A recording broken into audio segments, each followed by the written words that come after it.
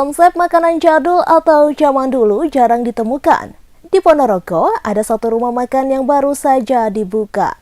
Nama warung makan Ayam Blondo. Letaknya di Jalan Gatot Koco, Kelurahan Kepatihan, Kecamatan Kabupaten Ponorogo. Di rumah makan berkonsep jadul itu, ada ruang tamu, ruang keluarga, dapur jadul dengan bahan bakar hanya kayu bakar. Menu andalannya adalah sambal blondo yang dipadukan dengan ayam goreng dan sambal bawang. Perlu diketahui, blondo adalah ampas yang tersisa dari pembuatan minyak kelapa, biasanya dibuat untuk lauk pauk. Blondo dibuat dari rempah-rempah khusus yang kemudian diblender. Lalu ada santan kelapa tua, setelahnya dijadikan satu untuk membuat sambal blondo memerlukan waktu hingga 6 jam. Sigit, pemilik rumah makan Ayam Blondo pada Jumat 14 Juni 2024 menjelaskan bahwa andalan rumah makannya adalah ayam blondo. Ayam goreng dengan sambal blondo agar lebih pedas, di sebelah sambal blondo dan ayam goreng disajikan sambal bawang.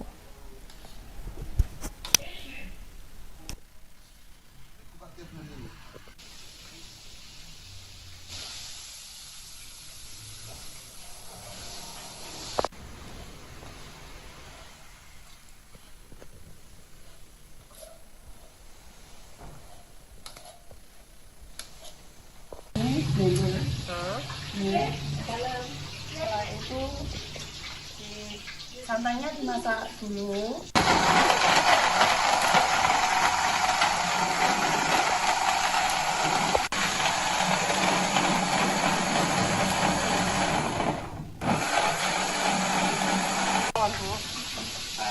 Ini ada laos, bawang putih, sama cabai. Garam. Ini ya, bahan mentahnya Blondo ya. Ini santan Sama santan. Nah, santannya itu memerlukan lebih.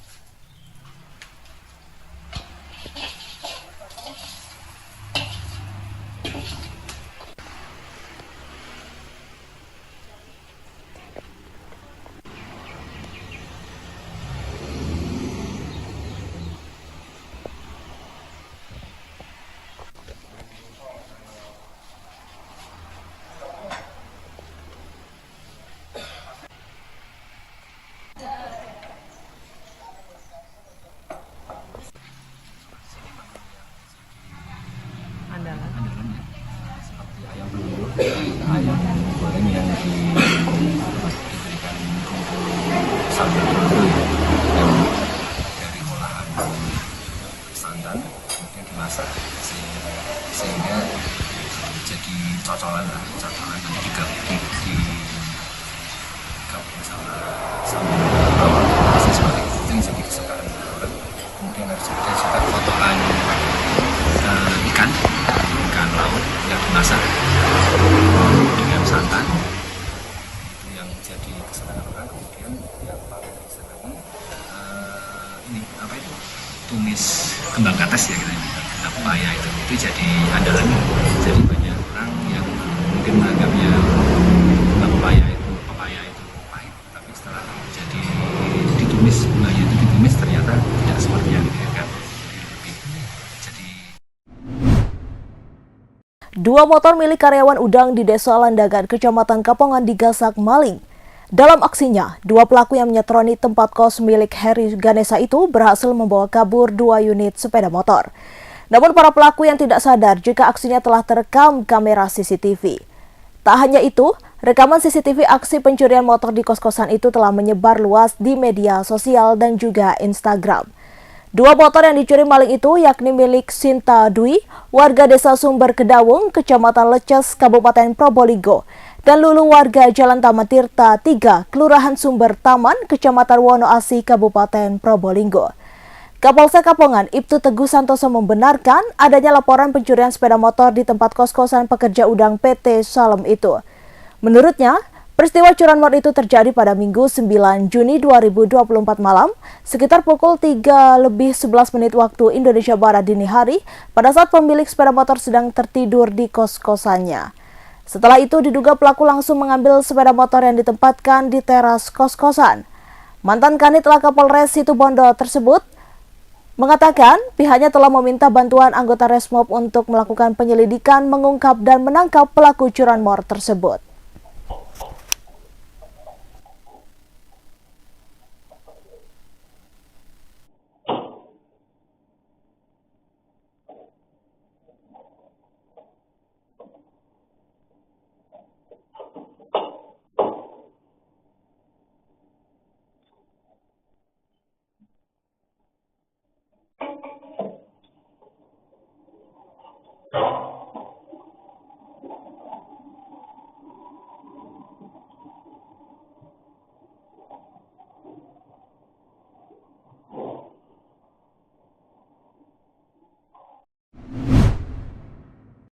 Buaya muara kembali ke daratan di sekitar Sungai Santer, kawasan Dusun Ponjen, Desa Kecamatan Kencong, Jember, Jawa Timur.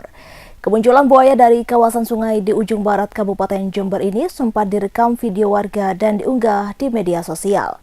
Dalam video yang berdurasi 41 detik tersebut memperlihatkan buaya berwarna hitam kombinasi putih itu naik ke daratan di area dekat Jembatan Pocong Desa Kecamatan Kencong, Jumat dini hari 14 Juni 2024. Polisi telah memasang banner bertuliskan larangan dan kewaspadaan bagi masyarakat agar tidak mendekat di Sungai Santer Kencong Jember tersebut. Menurutnya, sekali naik dari aliran sungai ada lebih dari 1 ekor buaya, sehingga siapapun yang menyaksikan itu pasti terkejut dan ketakutan. Menanggapi hal itu, Kapolsek Kencong Ibtu Heru Siswanto mengaku buaya sering muncul di aliran Sungai Santer. Dia mengaku telah memasang poster himbauan. Dia mengatakan kemunculan buaya membuat masyarakat tak tenang, karena dikhawatirkan reptil ini dapat menerkam manusia sewaktu-waktu.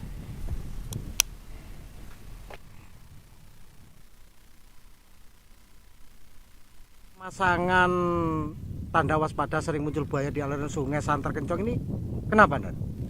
Baik, Assalamualaikum warahmatullahi wabarakatuh. Selamat siang, salam sejahtera buat kita semua. Kami Kapolsek Kencong bersama Pak Dantamel Kencong bersama Babinsa maupun Babinsa, Babin Katikmas dan perangkat desa Desa Kencong hari ini melaksanakan kegiatan pemasangan himbauan terkait kemunculan buaya di sungai untuk mengantisipasi warga untuk tidak mandi di sungai. Apalagi banyak warga yang mancing, jadi tujuan kami untuk lebih berwaspada dan berhati-hati jangan sampai menjadi korban. Dalam arti kita semuanya berharap baik dari kami TNI Polri maupun perangkat desa untuk mewaspadai dengan kemunculan buaya ini. Dan sementara ini menurut hitungan dari Polsek ataupun Koramil ada berapa buaya yang sering muncul kemudian? Yang jelas yang sering muncul kita jumpai dan laporan dari warga satu buaya, cuma untuk besarannya juga lumayan besar ya. Tapi tetap kami menghimbau tetap mengantisipasi supaya masyarakat lebih berhati-hati lagi, apalagi yang suka warga yang mau mancing maupun mau mandi di sungai ya. Dan untuk selanjutnya pihak aparat sendiri akan melaporkan ini ke pihak BKSDA atau seperti apa, Dan? Untuk menangkap ini akan berkomunikasi dengan instansi terkait kemunculan buaya ini supaya tidak sampai terjadi korban khususnya warga desa di wilayah Kencong. Puluhan mahasiswa berunjuk rasa di depan kantor pemerintah Kabupaten Situbondo pada Jumat 14 Juni 2024. Aktivis mahasiswa yang tergabung Rayon Pergerakan Mahasiswa Islam Indonesia berunjuk rasa menolak wacana eks-lokalisasi yang bakal disulap menjadi kawasan wisata karaoke. Dalam aksinya di depan pintu masuk Pemkab Situbondo, para mahasiswa mendesak Bupati Karnasiswandi untuk keluar menemuinya. Namun karena tak kunjung keluar, akhirnya membuat para mahasiswa tak tahan dan melampiaskan kekecewaan dengan membakar ban bekas. Akan tetapi, polisi yang berjaga mengamankan jalannya aksi berusaha mengambil dan mengamankan ban bekas mobil yang terbakar tersebut. Namun sayangnya, upaya polisi mengamankan ban bekas itu mendapat perlawanan dari kalangan pengunjuk rasa, sehingga akhirnya bentrok polisi dan mahasiswa tidak terelakkan. Aksi dorong-mendorong pun terjadi dan bahkan dari kerumunan mahasiswa terlihat ada yang melempari polisi dengan telur dan batu. Sehingga untuk meredam kemarahan para mahasiswa yang terus melawan dan memaksa masuk menerobos pagar betis pengamanan, akhirnya polisi mengamankan salah seorang mahasiswa. Melihat temannya diamankan, keributan polisi semakin terjadi hingga polisi berhasil menenangkannya. Para mahasiswa mulai tenang setelah Sekda Kap Wawan Setiawan keluar dan menemui aktivis mahasiswa itu. Ada beberapa tuntutan dalam aksi mahasiswa tersebut, diantaranya menolak eks-lokalisasi Gunung Sampan menjadi kawasan wisata karaoke. Wawan Setiawan mengatakan pihaknya telah menerima beberapa tuntutan dari para mahasiswa itu. Menurutnya, perbuatan kegiatan prostitusi dan peredaran minuman keras serta karaoke itu bisa dilarang.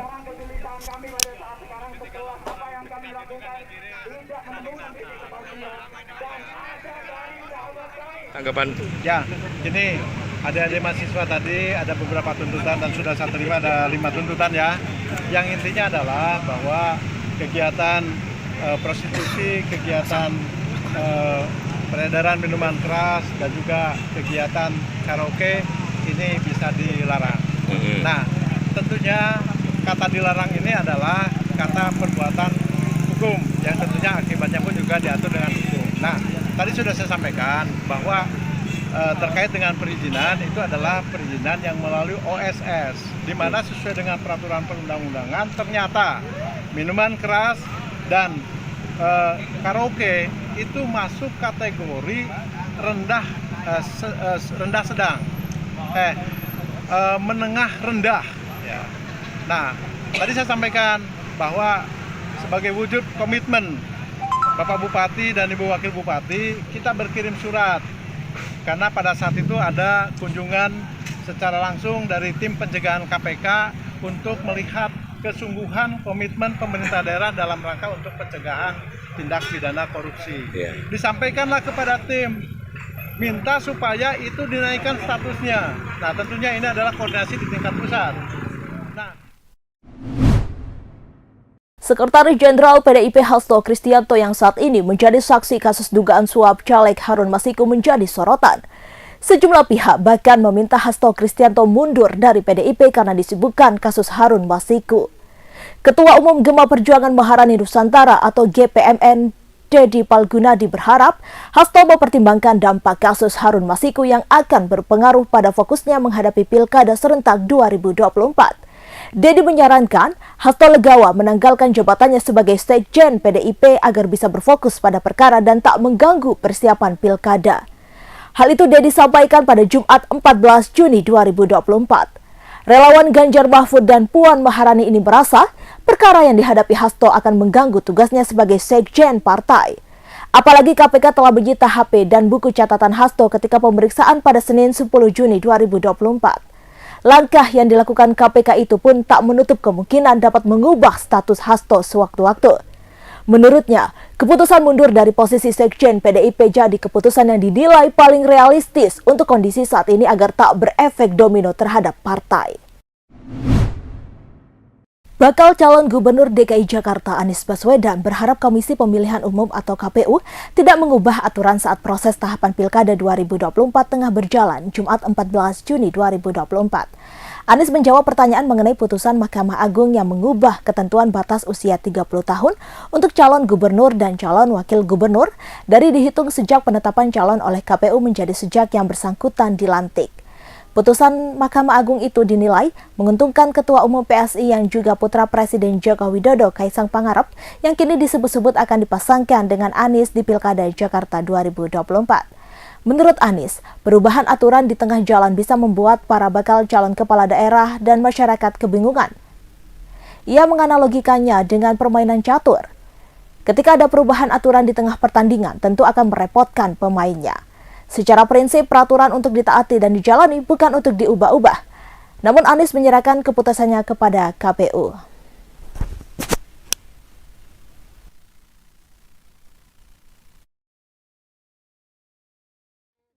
Kemarin kan waktu dari Pilpres kan Pak Anies kan bersuara terkait dengan peraturan yang diubah untuk Mas Gibran. Nah kalau sekarang kan ada Mas Kaisang yang diubah aturannya. Tapi sekarang Mas Kaisang dipasangkan dengan Pak Anies nih. Apakah juga akan bersuara juga nih Pak? Begini, peraturan itu tidak untuk diubah-ubah. peraturan itu dijalani, peraturan itu ditaati. Itu prinsip. Jadi menurut hemat kami, sekarang kita serahkan nanti bagaimana itu KPU menyikapi. Tapi menurut saya yang disebut sebagai aturan main itu tidak diubah-ubah dalam perjalanan. Itu prinsip. Nanti main catur, tengah-tengah main catur, aturannya diubah, repot ya. Berarti Mas Kaisang nggak masuk kriteria ya Pak Anies ya? Mas Kaisang nggak masuk kriteria. Bapak kesini Pak. Anies. Pak berarti berarti Mas Kaisang nggak masuk kriteria Pak. Pak, foto Pak. Belum Pak. Download Tribun X sekarang. Menghadirkan lokal menjadi Indonesia.